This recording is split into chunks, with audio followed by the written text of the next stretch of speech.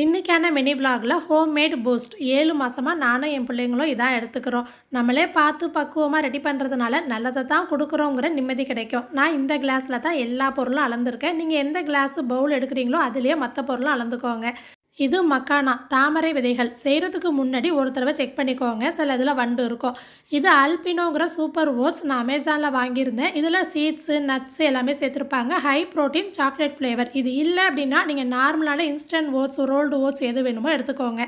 நட்ஸில் பாதாம் முந்திரி வால்நட் எடுத்திருக்கேன். இதில் பிஸ்தா வேணும்னா சேர்த்துக்கலாம். பொட்டுக்கடலை கட்டாயம் சேர்த்துக்கோங்க. பவுடரோட ஈரப்பதம் இல்லாமல் வச்சுருக்கோம், அதுக்காக சேர்க்குறது உடம்புக்கும் நல்லதும் கூட. சன்ஃப்ளவர் சீடும் பம்கின் சீடும் எடுத்திருக்கேன். எல்லாத்தோட அளவுகளும் நான் ஃபஸ்ட் கமெண்ட்டில் தெளிவாக பின் பண்ணிடுறேன்.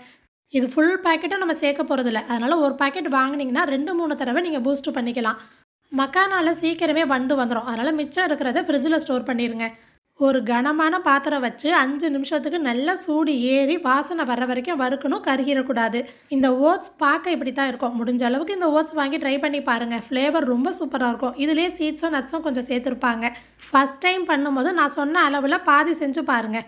ஒன்றையும் தனித்தனியாக வறுத்துட்டு நட்ஸும் சீட்ஸும் சேர்த்தே வறுத்துடலாம். நான் சாக்லேட் ஃப்ளேவர் கொண்டு வரதுக்காக ஏலக்காய் சேர்க்கல. உங்களுக்கு வேணும்னா 4-5 ஏலக்காய் இந்த நட்ஸ்லேயே சேர்த்து வறுத்துக்கோங்க. அரைக்கும் போது எல்லாத்தையும் ஒன்றா சேர்க்க வேணாம். கொஞ்சமாக எடுத்துட்டு கட்டாயம் 1 நிமிஷத்துக்கு பல்ஸ்லேயே விட்டுருக்கணும். அதுக்கப்புறம் தான் நம்ம நம்பரில் வச்சு கிரைண்ட் பண்ணணும். நான் 3ஆம் நம்பரில் ஒரு 2 நிமிஷம் கிரைண்ட் பண்ணேன். அப்போ தான் இந்த அளவு பட்டா அரைஞ்சு வரும்.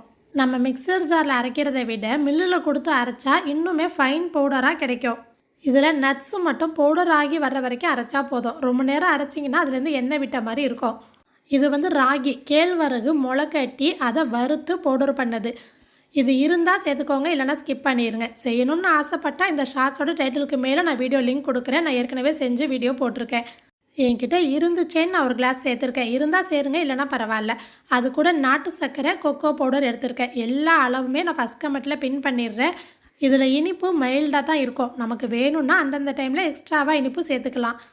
இதை அப்படியே யூஸ் பண்ணலாம், ஆனால் சலிச்சிங்கன்னா ஃபைன் பவுடராக இருக்கும். சலிக்கும் போது அந்த கப்பி மாதிரி இருக்கும் இல்லையா, அதை மறுபடியும் மிக்சர் ஜாரில் போட்டு தூள் பண்ணிவிட்டு மறுபடியும் சலிச்சுக்கணும். இந்த பூஸ்ட்டுக்கு அரைக்கிறத விட சலிக்கிறது தான் வேலை மெனக்கிற மாதிரி இருக்கும். கொஞ்சம் குறப்பாக இருந்தால் ஓகேனா நீங்கள் அப்படியே விட்டுடலாம். ஆனால் மில்லில் அரைச்சா இன்னுமே பட்டு போல் கிடைக்கும். சலிச்சுட்டு எடுத்திங்கன்னா ஃபைன் பவுடராக இருக்கும். குடிக்கும் போது நல்லாயிருக்கும்.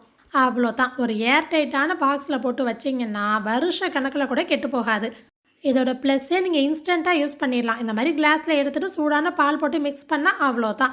இதை நீங்கள் பேன் கேக் மிக்ஸில் வேறு எந்த ரெசிப்பியில் கூட இந்த பவுடரை மிக்ஸ் பண்ணிக்கலாம். கடையில் வாங்குகிற பூஸ்ட்டு கூடலாம் கம்பேர் பண்ணியே பார்க்காதீங்க. அதை விட ஹெல்த்லேயும் எனர்ஜிலையும் இது வசதி தான். ட்ரை பண்ணி பாருங்கள். இந்த ஷார்ட்ஸ் பார்த்தவங்களுக்கு தேங்க்யூ.